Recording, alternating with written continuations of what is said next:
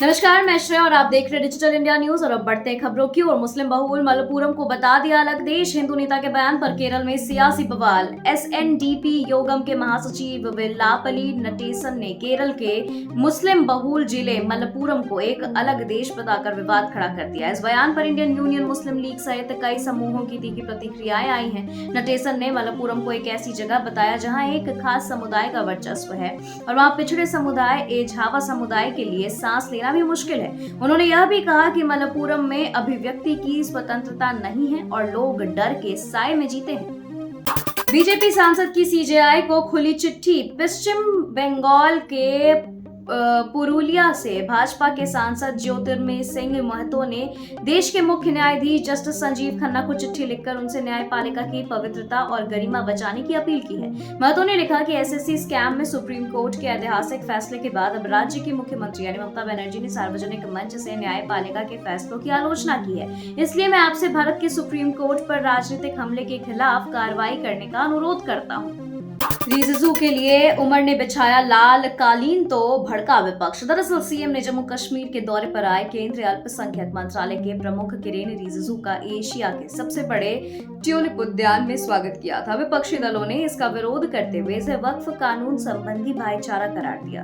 विपक्षी people's democratic party और people's conference ने इस बैठक को लेकर सत्तारूढ़ नेशनल कॉन्फ्रेंस पर निशाना साधते हुए आरोप लगाया कि वह वक्फ अधिनियम पारित होने का दिखावा तक के लिए विरोध नहीं कर रही है और उसने भाजपा के सामने आत्मसमर्पण कर दिया है।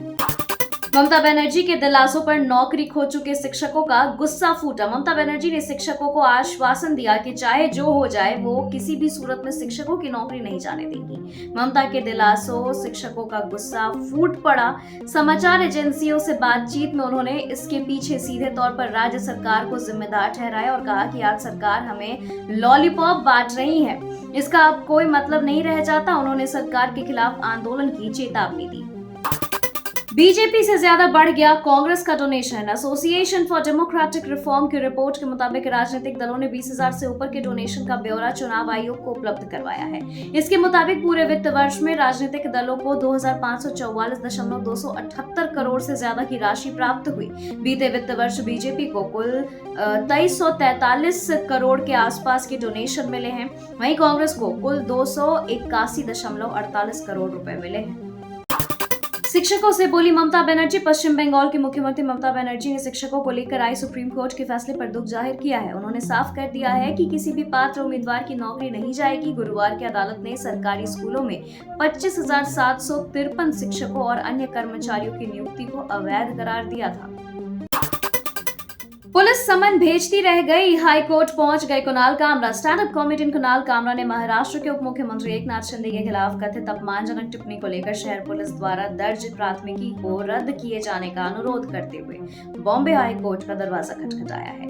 कामरा के वकील नवरोज सिरवई ने सोमवार को न्यायमूर्ति सारंग कोतवाल और न्यायमूर्ति एसएम मोदक की पीठ के समक्ष याचिका का उल्लेख करते हुए तत्काल सुनवाई किए जाने का अनुरोध किया।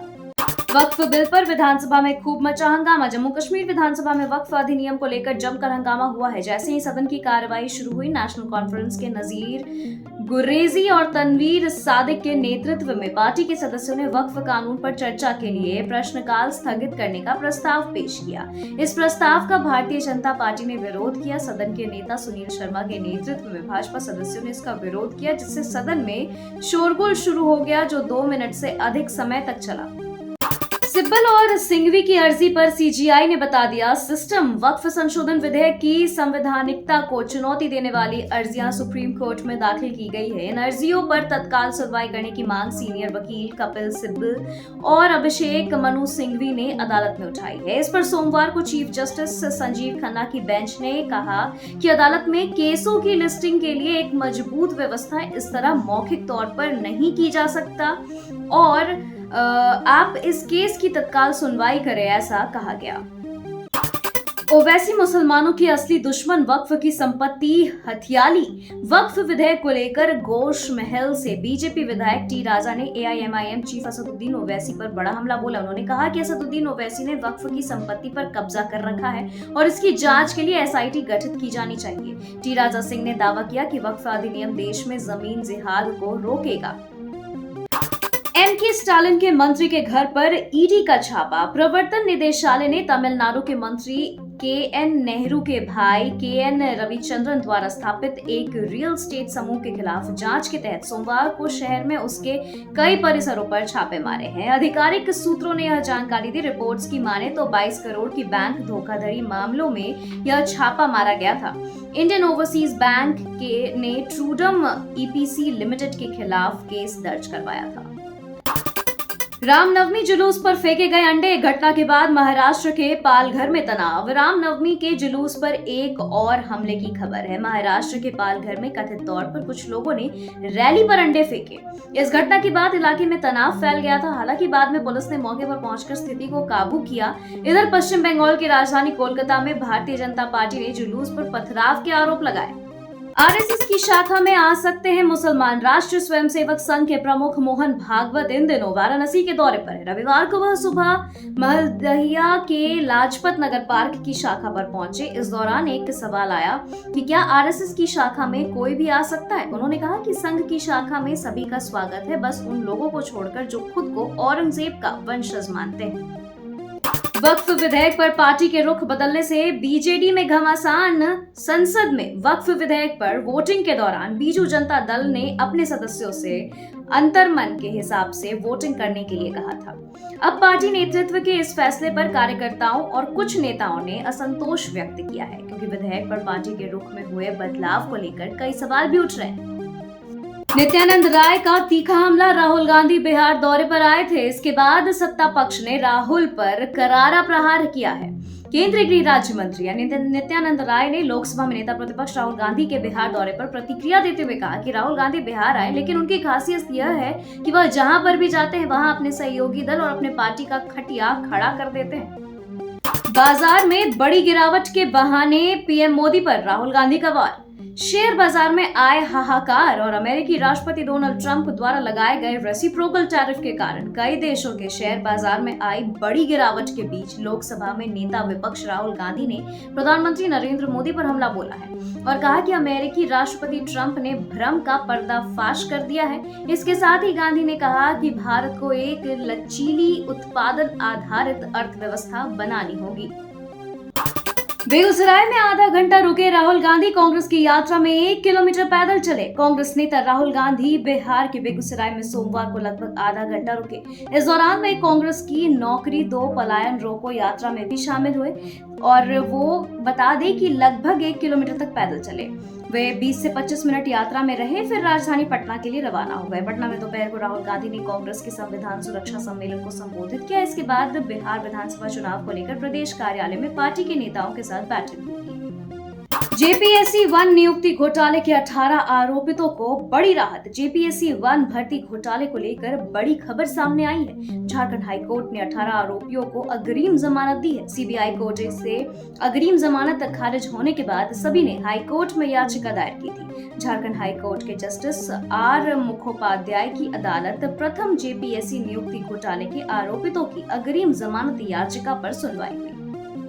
वीएचपी के मिलिंद परांडे का बड़ा हमला। विश्व हिंदू परिषद के राष्ट्रीय संगठन महामंत्री मिलिंद परांडे ने सोमवार को बोकारो के नया मोड़ स्थित बिरसा सेवा आश्रम में आयोजित प्रबुद्ध जन विमर्श कार्यक्रम में प्रेस को संबोधित करते हुए ईसाई मशीनरियों और धर्मांतरण की गतिविधियों पर तीखा हमला बोला। उन्होंने कहा कि आज ईसाई मशीनरियों पूतना के रूप में समाज में भेष बदलकर हिंदू समाज को गुमराह कर रही है। रांची समेत 5 शहरों में नई टाउनशिप बनाएगी सरकार। नगर विकास एवं आवास विभाग ने झारखंड के 5 शहरों में नई टाउनशिप के विकास की तैयारी शुरू कर दी है। विभाग ने रांची, धनबाद, जमशेदपुर, बोकारो और देवघर जिले के उपायुक्तों को पत्र लिखकर नई टाउनशिप के विकास के लिए भूमि उपलब्ध को कहा है। विभाग के प्रधान सचिव सुनील कुमार की ओर से लिखे गए पत्र में कहा गया कि 400 से 500 एकड़ भूमि उपलब्ध होने पर नई टाउनशिप के विकास की दिशा में काम शुरू किया जाएगा।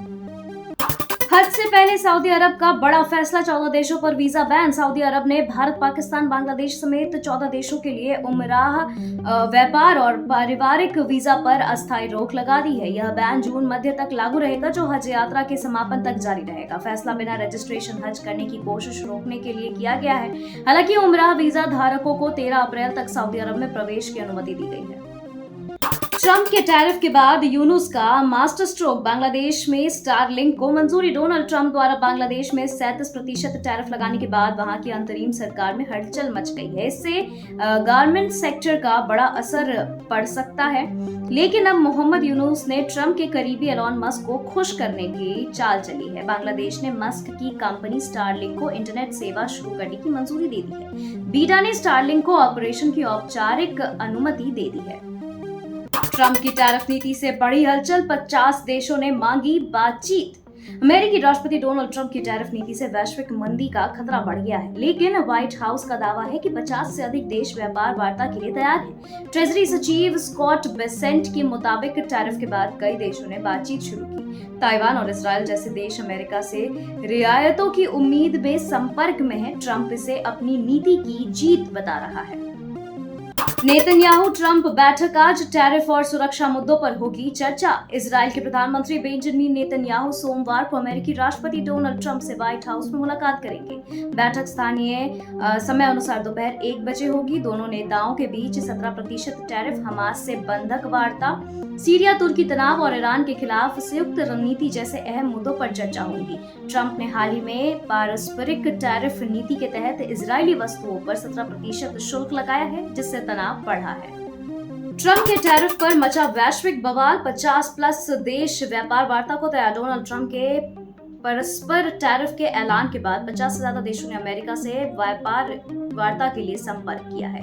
इजरायली पीएम नेतन्याहू सोमवार को व्हाइट हाउस में टैरिफ मुद्दे पर चर्चा करेंगे। वहीं ताइवान ने शून्य टैरिफ की वकालत करते हुए निवेश बढ़ाने का वादा किया।